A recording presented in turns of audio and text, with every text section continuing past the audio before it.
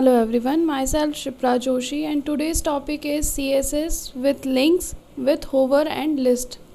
Links basically links बनाने के लिए हम एंकर टैग का यूज़ करते हैं। एंकर टैग में बहुत तरह की स्टाइलिंग की जा सकती है। इसके लिए कोई अलग से CSS प्रॉपर्टी नहीं है, वही प्रॉपर्टीज़ हैं जो हमने अभी तक यूज़ की हैं। हम उन्हीं के थ्रू लिंक्स को बहुत अट्रैक्टिव बना सकते हैं। सबसे पहले लिंक्स को अट्रैक्टिव बनाने के लिए हम बॉर्डर यूज़ कर सकते हैं, पैडिंग मार्जिन यूज़ कर सकते हैं, कलर्स यूज़ कर सकते हैं, बॉक्स शेडो और बॉर्डर रेडियस। इनका यूज़ करके मैं आपको अलग अलग लिंक्स बना के बताऊँगी। सबसे पहले अपन एडिटर ओपन कर लेते हैं। एडिटर में एक न्यू पेज बनाते हैं। HTML हेड बॉडी और HTML क्लोज। यहाँ पर मैं कुछ अलग अलग बटन्स बना रही हूँ। बटन्स बनाने के लिए उनको कवर करने के लिए मैं एक डिव बना रही हूँ जिसके अंदर मैं सारे बटन्स बनाऊँगी। तो मैंने एक डिव बनाया जिसके ऊपर क्लास लगा दी कवर। यहाँ पर मैं 4 बटन्स बना रही हूँ। डिफरेंट तरह के बटन्स बनाने के लिए मैं 4 एंकर टैग ले रही हूँ। href लिंक 1, लिंक 2, लिंक 3 और लिंक 4। और इन सबको यूनिकली आइडेंटिफाई करने के लिए मैं इन पर आईडी दे रही हूँ B1, ID B2, ID B3 और आईडी B4। ये हमने 4 लिंक्स बना दी हैं। इसको सेव करते हैं पेज 5.html से और यहाँ एक और CSS बनाएंगे जिसको सेव करेंगे स्टाइल 4.css से। इस लिंक को हमारे पेज के साथ एसोसिएट करने के लिए लिंक टैग लगाएंगे हेड सेक्शन में। Link href equals to style 4.css relation style sheet और type equals to text oblique CSS। ये हमने अपनी लिंक एसोसिएट कर दी। अब एक एक करके सब लिंक पर काम करते हैं। सबसे पहले मैं बॉक्स कवर को अच्छा बना रही हूँ, इसलिए मैं सबसे पहले कवर की CSS लिख रही हूँ। कवर मैंने बॉर्डर दे दिया 2px सॉलिड रेड, पैडिंग दे दी 50px चारों तरफ से, मार्जिन दे दिया 100px ऑटो और विड्थ दे दी 800px। इतना लिखने से मेरा पेज कैसा दिखाई देगा? View current file in Chrome. ये हमारा बॉक्स दिखाई दे रहा है। यहाँ पर अब मैं चारों बटन्स लाइन से अरेंज करूँगी। लिंक 1, लिंक 2, लिंक 3, लिंक 4 अभी हमारी डिफ़ॉल्ट लिंक्स दिखाई दे रही हैं। एक एक करके सबको अरेंज करते हैं। सबसे पहले #B1 आईडी है इसलिए हैश लगेगा। #B1 के अंदर हम उसको विड्थ देते हैं, विड्थ 200px, बॉर्डर दे सकते हैं 3px सॉलिड ब्लू। अंडरलाइन हटानी है तो टेक्स्ट डेकोरेशन नन। अगर मुझे उसे कैपिटल में करना है तो टेक्स्ट ट्रांसफॉर्म अपर केस।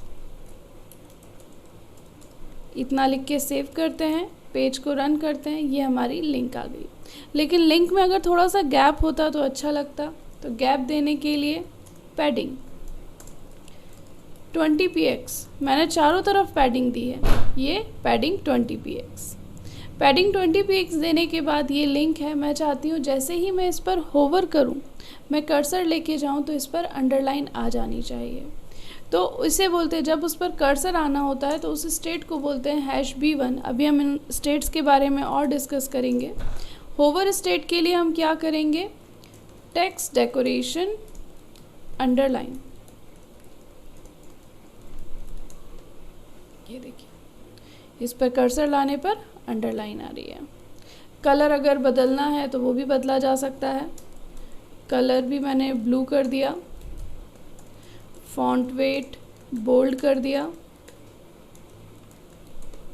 ये ठीक है, ये फर्स्ट लिंक हो गई।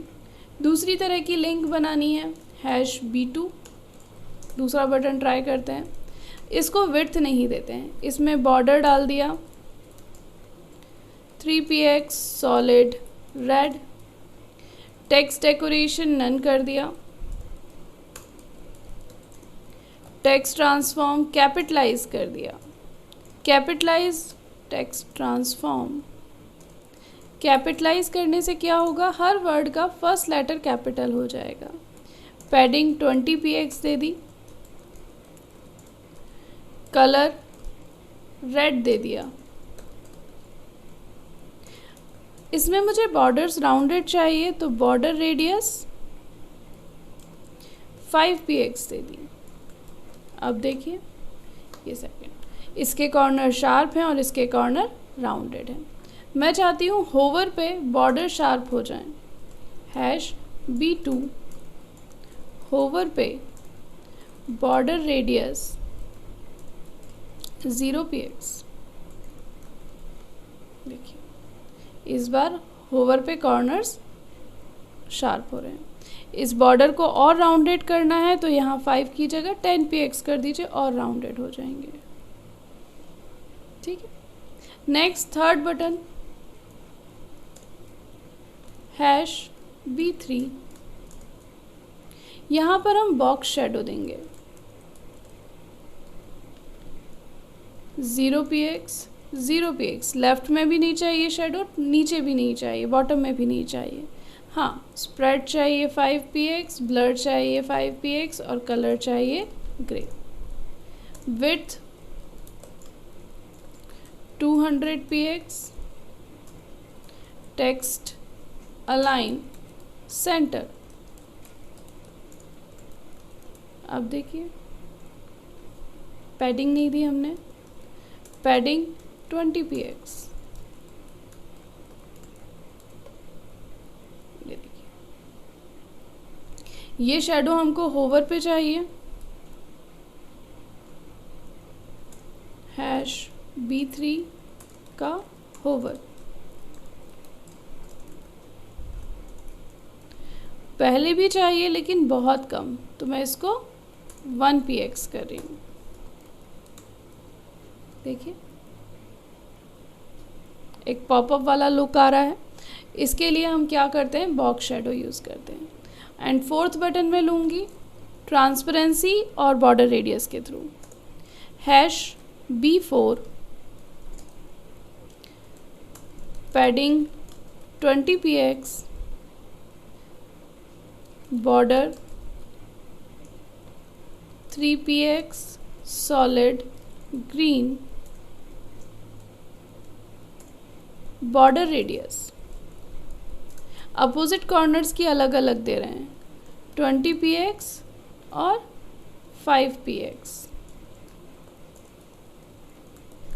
देखिए ये इस तरह से दिखाई देगा। और होवर पे हमको क्या करना है, इसका शेप बदलना है। इस 20 को मैं थोड़ा और बढ़ा रही हूँ, इसको 50 कर रहे हैं, ये है। और होवर पे मुझे इसका शेप बदलना है। शेप बदलने के लिए हम क्या करेंगे, #B4 होवर पे बॉर्डर रेडियस अपोजिट कर देंगे 5px 50px।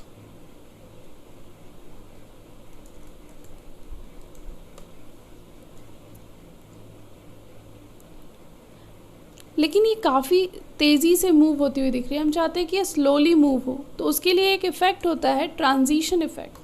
तो होवर पे हम ट्रांजिशन लगा सकते हैं, ट्रांजिशन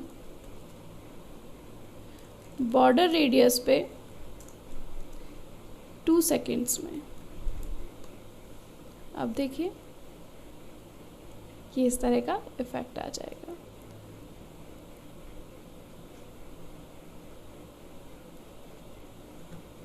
किसी भी चीज़ पर आप ट्रांजिशन लगा सकते हैं। सपोज़ मैं उसका बॉर्डर रेडियस नहीं बदलना चाहती हूँ, मैं उसका बैकग्राउंड कलर चेंज करना चाहती हूँ, बैकग्राउंड कलर ग्रीन, लेकिन मैं चाहती हूँ कि ये बैकग्राउंड कलर 2 सेकेंड में आए, transition background colour 2 second.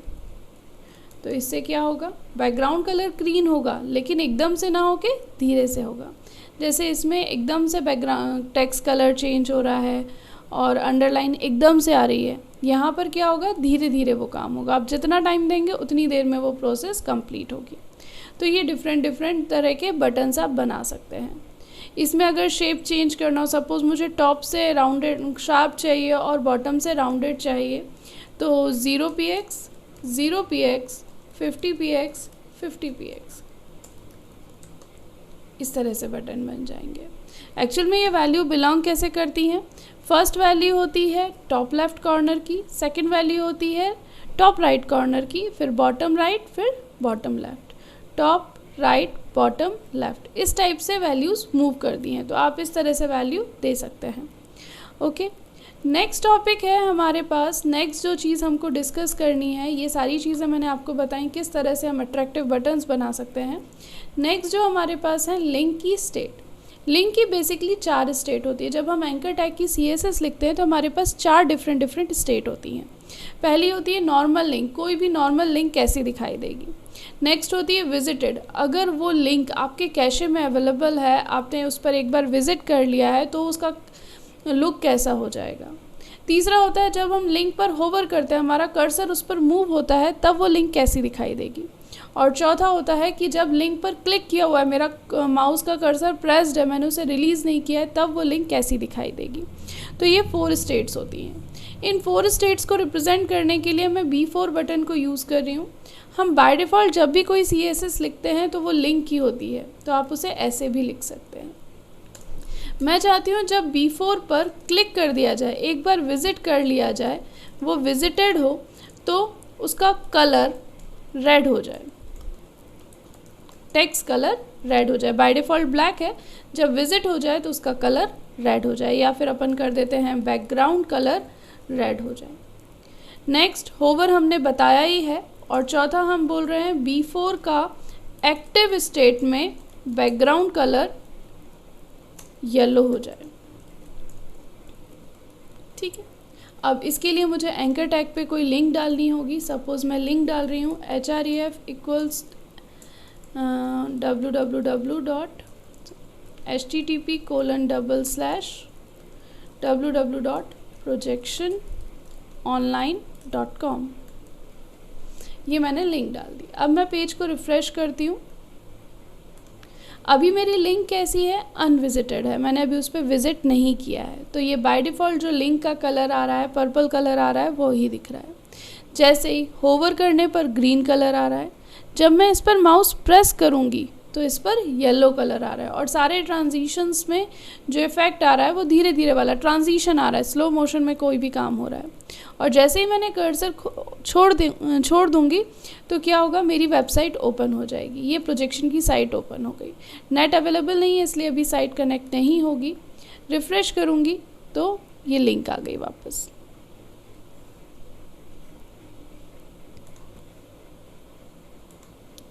Next topic है एंकर टैग की डिफरेंट स्टेट्स बताने के लिए सबसे पहले मैंने एंकर टैग में एक लिंक डाल दी है, और इसके बाद अब मैं इसकी CSS बताऊंगी। मैंने यहाँ पर 4 डिफरेंट CSS लिखी हैं। B4 की, लिंक की, विजिटेड, होवर, एक्टिव। जब बाय डिफ़ॉल्ट किसी लिंक को हम बनाते हैं, जब हम उस पर विजिट नहीं किया है, तो ये वाली CSS रन होगी। ये कहलाती है उसकी इनिशियल स्टेज। अगर किसी लिंक पर क्लिक कर दिया गया है, एक बार वो पेज ओपन हो गया और वो पेज आपकी हिस्ट्री में अवेलेबल है, आपकी ब्राउज़र की हिस्ट्री में अवेलेबल है, तो फिर उस पर ये विजिटेड वाली लिंक CSS रन होती है। जब किसी एंकर टैग पर आपका कर्सर है, आप उस पर होवर इफेक्ट दे रहे हो, तब होवर की CSS रन होती है। और जब आपने उस पर माउस से क्लिक किया हुआ है, आपका कर्सर अभी छोड़ा नहीं है, आपने माउस का बटन आपने रिलीज़ नहीं किया है, तब तक उस पर B4 होवर की CSS रन करती है। तो इस तरह से यहाँ पर 4 डिफरेंट CSS रन करती हैं। देखिए, अभी हमने इस लिंक को ओपन किया है, इस पेज को जस्ट मैंने रन किया है, तो यहाँ पर आपको अभी लिंक का कलर पिंक दिखाई दे रहा है। होवर करने पर कलर ग्रीन हो रहा है, क्लिक करने पर कलर येलो हो रहा है, और क्लिक छोड़ने पर हमारी जो वेबसाइट हम ओपन करना चाहते थे वो वेबसाइट यहाँ पर ओपन हो जाएगी। इसको ओपन हो जाने देते हैं। रन होने के बाद अब हमारा पेज ओपन होने के बाद हमारी लिंक इस तरह से रेड दिखाई देगी। तो ये डिफरेंट डिफरेंट 4 स्टेजेस होती हैं किसी भी लिंक की। तो इस तरह से आप डिफरेंट तरह के बटन्स बना सकते हैं, ट्राई कर सकते हैं और उनकी चारों स्टेट्स का यूज़ कर सकते हैं। ये लिंक और विजिटेड काफ़ी काम तब आती है जैसे हम गूगल पे कुछ सर्च करते हैं तो हमें पता चलता है कि ये वाली लिंक्स हम ओपन कर चुके हैं, इनको हम देख चुके हैं, तो उनका कलर आपको अलग दिखाई देगा और जो फ्रेश लिंक्स होंगी उनका कलर आपको अलग दिखाई देगा।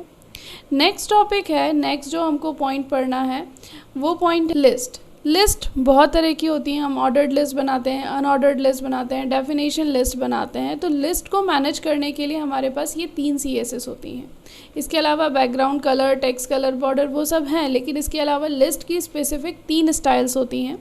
List style type, list style type के थ्रू आप उसके अपीयरेंस चेंज कर सकते हो। फॉर एग्जांपल आपको बुलेटेड लिस्ट की बात करें, बुलेट्स नहीं चाहिए तो लिस्ट स्टाइल टाइप नन लिख देंगे। स्क्वायर चाहिए तो लिस्ट स्टाइल टाइप स्क्वायर लिख देंगे। डिस्क चाहिए तो लिस्ट स्टाइल टाइप डिस्क, और अगर सर्कल चाहिए तो लिस्ट स्टाइल टाइप सर्कल। ऐसे ही अगर हम ऑर्डर्ड लिस्ट की बात करें तो ऑर्डर्ड लिस्ट में भी अगर नंबर्स नहीं चाहिए तो नन लिख देंगे। न्यूमेरिकल डिजिट्स चाहिए तो हम नंबर लिख देंगे। अगर हमको अपर में अल्फ़ाबेट्स चाहिए तो अपर अल्फ़ा, लोअर अल्फ़ाबेट तो लोअर अल्फ़ा, अपर रोमन और लोअर रोमन, ये 5 वैल्यूज़ होती हैं। नेक्स्ट है लिस्ट स्टाइल इमेज। इसके लिए जस्ट जैसे आप कोई इमेज पेज पर शो करते हो वैसे ही आप बुलेट्स के फॉर्म में भी इमेज को शो कर सकते हो। उसके लिए लिस्ट स्टाइल इमेज के अंदर आप जो भी इमेज शो करना चाहते हो उसका URL देना होता है। URL जैसे हम इमेज का URL देते हैं बैकग्राउंड में, सेम वैसे ही आपको यहाँ पर भी URL देना होता है। और लास्ट है list style position. List style position में हम चाहते हैं कि बुलेट्स किसके साथ एसोसिएट हो, UL के साथ या LI के साथ। अगर UL के साथ एसोसिएट करना है तो लिस्ट स्टाइल पोजीशन आउटसाइड लिखेंगे, और LI के साथ एसोसिएट करना है तो लिस्ट स्टाइल पोजीशन इनसाइड लिखेंगे। इसके लिए मैं एक एग्जांपल बता रही हूँ। हम अपना कोड रन करते हैं, कोड के अंदर ही इसमें चेंजेस करते हैं। इस डिव के बाहर मैं एक लिस्ट बना रही हूँ, UL